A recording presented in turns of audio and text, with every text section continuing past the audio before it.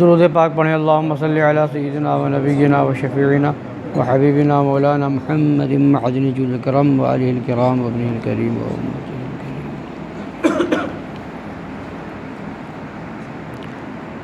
22ویں پارے میں سورہ یاسین شریف ہے، ارشاد الہی ہے، یاسین والقرآن الحکیم انک لمن المرسلین۔ قرآن حکیم کی قسم، بے شک آپ ضرور رسولوں میں سے ہیں۔ مفہوم آیت کریمہ۔ تو ان آیتوں میں پہلی آیت یاسین یہ حروف مقطعات میں سے ہے۔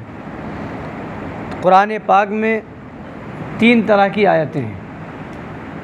ایک کو مقطعات کہا جاتا ہے، ایک کو متشابہات کہا جاتا ہے، اور ایک کو محکمات کہا جاتا ہے۔ 3 طرح کی آیتیں قرآن شریف میں ہیں، مقطعات، متشابہات اور محکمات۔ تینوں میں کیا فرق ہے؟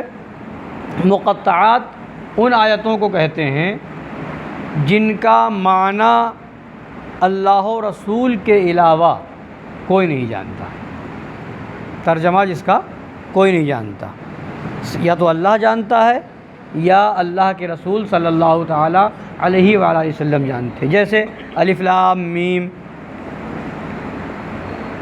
حامیم، عین سین قاف، الف لام را، یہ سب جو آیتیں ہیں ان کو حروف مقطعات کہا جاتا ہے۔ ان کا معنی اللہ و رسول کے علاوہ کوئی نہیں جانتا۔ کیا مطلب ہے، کیا مراد ہے؟ اس کا مطلب ترجمہ کوئی نہیں جانتا، یا اللہ جانتا ہے، اللہ کے رسول جانتے ہیں۔ بعض وہابیوں دیوبندیوں کا کہنا یہ ہے کہ معاذ اللہ اس کا ترجمہ حضور بھی نہیں جانتے۔ اگر اس کا ترجمہ حضور بھی نہ جانے تو پھر معاذ اللہ رب العالمین کلام کا لغو ہونا ثابت ہوگا۔ مثلا ہم کوئی بات کریں اور اس کا مطلب کوئی نہ سمجھے، اس کا مطلب کوئی نہ سمجھے، کوئی نہ جانے، تو پھر اس بات کا جب مطلب ہی نہیں ہے، کوئی سمجھے گا ہی نہیں، تو وہ کلام بیکار ہوا نا، وہ گفتگو بیکار ہوئی۔ اس کا مطلب ہی نہ ہو، کوئی سمجھے بھی نہیں، ہے نا، تو وہ اور خداوند قدوس کا کلام لغو ہونے سے، بیکار ہونے سے پاک ہے بے شک، ہے نا، تو اس کا کلام لغو نہیں ہو سکتا۔ تو اب کوئی ہوگا جو اس کو جانتا ہوگا، جو سمجھتا ہوگا، اور وہ حضور پاک صلی اللہ علیہ وسلم کی ذات والا صفات جن پر نازل ہو وہی نہ سمجھے، وہی نہ جانے، تو پھر آیت کا مطلب کیا ہوگا؟ تو ایسا کیوں ہوا؟ تو اس میں علماء فرماتے ہیں چند باتیں ہیں۔ ایک تو یہ ہے تاکہ ہر کوئی نبی پاک صلی اللہ علیہ وسلم سے برابری کا دعویٰ نہ کر لے، کہ قرآن پڑھ کے سمجھے کہ ہم تو سب سمجھ گئے، تو یہ کوئی برابری کا دعویٰ نہ کر لیں کہ جب قرآن سمجھنے میں تم برابر نہیں ہو، تو اس سے سمجھ میں آ گیا کہ حضور سے برابری کوئی نہیں کر سکتا۔ دوسری چیز یہ ہے کہ کبھی کبھی ایسا ہوتا ہے کہ کوئی اپنا کچھ کوڈ ورڈ استعمال کرتا ہے نا، کہتا ہے کہ میں جب یہ ایسا کہوں تو سمجھ جانا اس کا مطلب یہ ہے۔ اور دکانداروں میں بہت سی جگہ ایسا ہوتا ہے نا، جو آپس میں کام کرتے ہیں ان میں کوڈ ورڈ ہوتا ہے۔ اسی طریقے سے کبھی کبھی ایسا ہوتا ہے کہ کوئی پہلے خط لکھنے کا زمانہ تھا، تو پہلے کسی کو بتا دیا کہ میں جب الف لکھ کے بھیجوں تو سمجھ جانا اس کا مطلب کیا ہے، جب میں بے لکھوں تو اس کا مطلب یہ ہے۔ اب وہ لکھ کر کے خط بھیج دیا، اس میں الف بے لکھ دیا اور بھیج دیا، اور لے جانے والا بار بار پڑھ لے تو وہ سمجھے گا ہی نہیں، ہے نا۔ تو جس نے لکھا تھا اور جس نے بتایا تھا کہ میں الف لکھوں گا تو اس کا مطلب یہ ہوگا، بے لکھوں گا تو اس کا مطلب، مثال کے طور پر الف لکھوں گا تو الف سے مطلب جو ہے کوئی ایسی چیز وہ متعین کر لے جو الف سے جو لفظ آتا ہے، جیسے الماری الف سے، بے سے برتن، ہے نا۔ تو اب کوئی لکھ کے بھیجے، میں جب لکھوں کہ الف کی ضرورت ہے تو سمجھ لینا الماری کی ضرورت ہے۔ اب میں لکھ کے بھیجوں کہ بے کی ضرورت ہے تو سمجھ لینا برتن کی ضرورت ہے، مثال کے طور پر۔ تو اب جب وہ لکھ کر کے بھیجے گا تو اب سامنے والا لے جانے والا بھلے پڑھتا رہے کہ الف کی ضرورت ہے، بے کی ضرورت ہے، وہ سمجھ ہی نہیں پائے گا کیا مطلب ہے، مگر جب وہاں لے جا کے پہنچا دے گا جس کو بتا چکا ہے پہلے سے کہ الف سے مراد کیا ہے اور بے سے مراد کیا ہے، تو وہ جیسے ہی پڑھے گا کہ بے کی ضرورت ہے فوراً سمجھ جائے گا کہ برتن کی ضرورت ہے، بلا تشبیہ و بلا تمثیل، ہزار بار بلا تشبیہ و بلا تمثیل۔ یہ راز و نیاز کی باتیں ہیں محبوب و محب کے درمیان، اللہ و رسول کے درمیان۔ خدا نے پہلے ہی بتا دیا میرے محبوب الف سے کیا مراد ہے، لام سے کیا مراد ہے، میم سے کیا مراد ہے۔ میں جب کہوں الف لام میم تو تم سمجھ جانا، میں سمجھ جاؤں گا۔ میں جب کہوں گا کاف ہا یا عین صاد تو میں سمجھوں اور تم سمجھ جانا کہ اس کی مراد کیا ہے۔ اسی وجہ سے جبریل امین ایک بار بارگاہ نبوی میں حاضر ہوئے اور یہی آیت لے کر کے اترے، کاف ہا یا عین صاد۔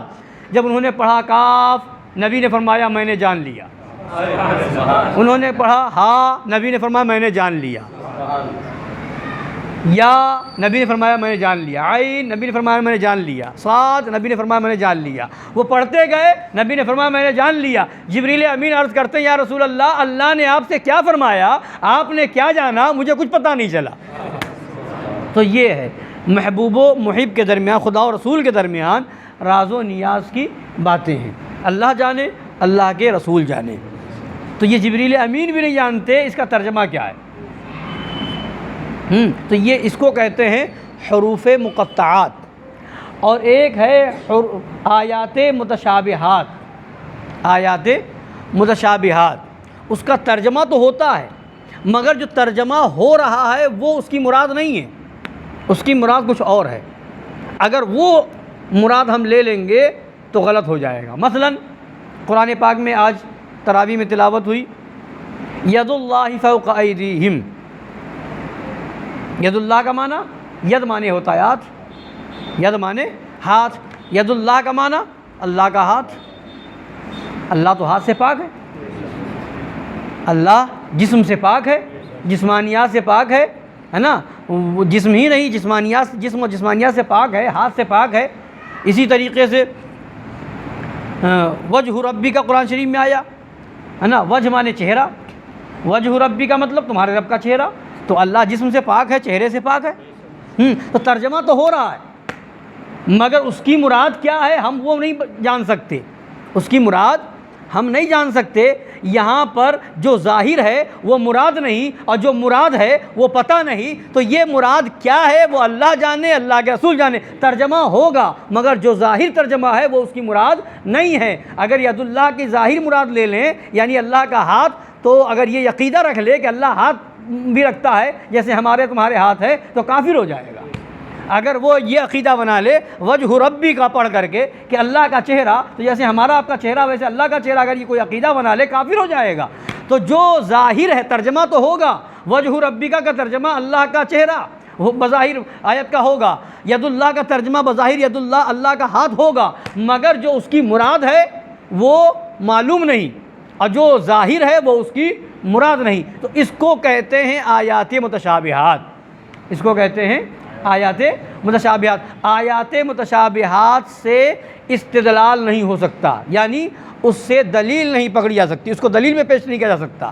یعنی کوئی دلیل نہیں بنا سکتا کہ قرآن شریف میں آیا ہے ید اللہ، اللہ کا ہاتھ، تو اس کا مطلب ضرور اللہ کا ہاتھ ہے، اس کو دلیل نہیں بنا سکتا۔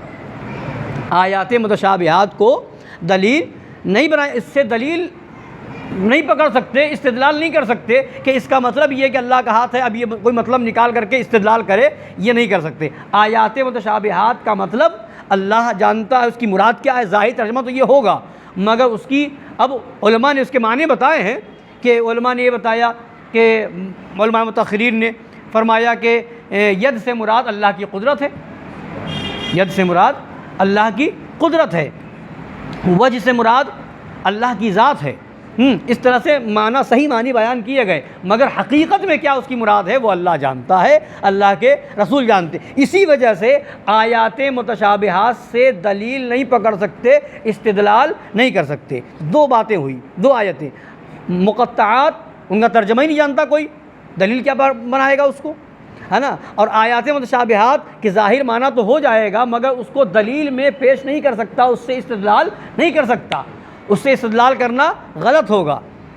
قرآن شریف میں بھی آیا کہ جو لوگ آیات متشابہات سے دلیل پکڑتے ہیں تو ان کے دلوں میں زیغ ہے، ان کے دلوں میں زیغ ہے یعنی زنگ ہے، ان کے دلوں میں یہ بیماری ہے، تو آیات متشابہات سے جو ہے استدلال نہیں ہو سکتا۔ تو علماء فرماتے ہیں انہی آیات متشابہات میں سے ایک آیت انما انا بشر مثلکم بھی ہے۔ نبی نے فرمایا میں ظاہری شکل و صورت میں تم جیسا ہوں، یہ بھی آیات متشابہات میں سے ہیں، تو اس کو بھی دلیل بنا کر کے کوئی نبی کی طرح اپنے آپ کو بشر نہیں کہہ سکتا، نبی کو اپنی طرح بشر نہیں کہہ سکتا، یہ بھی آیات متشابہات میں سے ہے۔ تو آیات متشابہات کو دلیل نہیں بنا سکتے۔ دو چیزیں ہو گئی، اور ایک ہے آیات محکمات، ہے نا؟ تو آیات محکمات وہ ہیں جن کا ترجمہ بھی ظاہر ہے اور وہی اس کی مراد بھی ہے، اس سے استدلال بھی کریں گے اور کرتے رہے ہیں اور کیا جاتا ہے۔ جیسے اور آیتیں ہیں اقیموا الصلاۃ، نماز قائم رکھو، آتوا الزکاۃ، زکوٰۃ دو، یہ سب آیات محکمات ہیں۔ جو اس کا مطلب ترجمہ ہو رہا ہے وہی اس کی مراد ہے، یعنی اللہ نماز کا حکم دے رہا ہے، اللہ زکوٰۃ دینے کا حکم دے رہا ہے۔ یا ایھا الذین آمنوا کتب علیکم الصیام کما کتب علی الذین من قبلکم لعلکم تتقون، اے ایمان والو تم پر روزے فرض کیے گئے۔ تو یہ سب آیات محکمات ہیں، تو ان سے دلیل بھی پکڑی جائے گی، استدلال بھی کیا جائے گا۔ تو اسی طریقے سے انہی آیتوں میں سے، آیات مقطعات میں سے ایک آیت جو ہے یاسین ہے، یاسین، اس کا بھی ترجمہ آپ کہیں بھی قرآن شریف اٹھا کے دیکھیے ترجمے والا، تو آپ کو اس کا ترجمہ نہیں ملے گا لکھا ہوا، اس لیے کہ آیات مقطعات میں سے، حروف مقطعات میں سے۔ ہاں اس کے کچھ رموز، اس کے کچھ اسرار جو اس درجے کے علماء ہیں انہوں نے بیان فرمایا، تو بعض علماء نے یاسین کے بارے میں فرمایا یہ کہ یہ حضور کا ایک نام ہے، بعض علماء نے طٰہٰ کو فرمایا کہ طٰہٰ بھی حضور کا ایک نام ہے، اب یہ بھی یاسین بھی حضور کا ایک نام پاک ہے نا؟ تو اس جیسے آپ نے سنا ہوگا حضور کا نام لیتے ہیں تو طٰہٰ یاسین کہتے ہیں حضور کو، ہے نا؟ تو بعض علماء نے یہ فرمایا، اور بعض علماء فرماتے ہیں کہ یا یہاں پر جو ہے یاسین، یا حرف ندا ہے یعنی پکارنے کے لیے، اور سین حضور کو پکارا جا رہا ہے، یاسین، سین سے کیا مراد؟ تو فرمایا سین سے مراد سید المرسلین، ہے نا؟ تو یاسین یعنی اے سید المرسلین، والقرآن الحکیم، قرآن حکیم کی قسم، انک لمن المرسلین، بے شک آپ رسولوں میں سے ہیں۔ یہ کب آیت نازل ہوئی؟ یہ آیت اس وقت نازل ہوئی کہ کچھ کافروں نے کہا یا رسول پاک صلی اللہ علیہ وسلم سے کہ آپ رسول نہیں ہیں، معاذ اللہ، حضور کے رسول ہونے کا انکار کیا معاذ اللہ رب العالمین۔ تو یہ آیتیں نازل ہوئیں، خدا نے اپنے محبوب کو ایک پیارے لقب سے یاد کیا، یاسین، اے میرے پیارے سید المرسلین، والقرآن الحکیم، قرآن حکیم کی قسم، حکمت والے قرآن کی قسم، اللہ اس قرآن کی قسم یاد فرما رہا ہے، اور اس کے بعد فرما رہا، قسم یاد فرما کر کے اللہ کہہ رہا ہے انک لمن المرسلین، بے شک یقیناً آپ رسولوں میں سے ہیں۔ یہ کافر کیا کہیں گے؟ یہ کافر مانے نہ مانے، مانیں گے تو یہ ان کا فائدہ ہوگا، لوگوں میں سے جو مانے گا ان کا فائدہ ہوگا، نہیں مانیں گے جہنم میں جائیں گے۔ لوگ مانے نہ مانے، اے محبوب آپ کو کبیدہ خاطر نہیں ہونا، میں کہہ رہا ہوں نا، آپ کا خدا کہہ رہا ہے نا، قرآن کی قسم یاد کر کے کہہ رہا ہے نا، انک لمن المرسلین، بے شک آپ رسولوں میں سے ہیں۔ تو وہ رسول پاک صلی اللہ علیہ وسلم کی ذات ہے کہ خداوند قدوس ان کی تسلی فرما رہا ہے، اے محبوب یہ کیا کہیں گے؟ خدا آپ کا کہہ رہا ہے آپ رسولوں میں سے ہیں، آپ بے شک رسول ہیں۔ سب سے اعلیٰ و اولیٰ ہمارا نبی، سب سے بالا و والا ہمارا نبی، سارے اونچوں میں اونچا سمجھیے جسے، ہے اس اونچے سے اونچا، خلق سے اولیاء، اولیاء سے رسول، اور رسولوں سے اعلیٰ ہمارا نبی۔ غمزدوں کو رضا مزدہ دیجیے کہ ہے بے کسوں کا سہارا ہمارا نبی۔ السلام علیکم ورحمۃ اللہ۔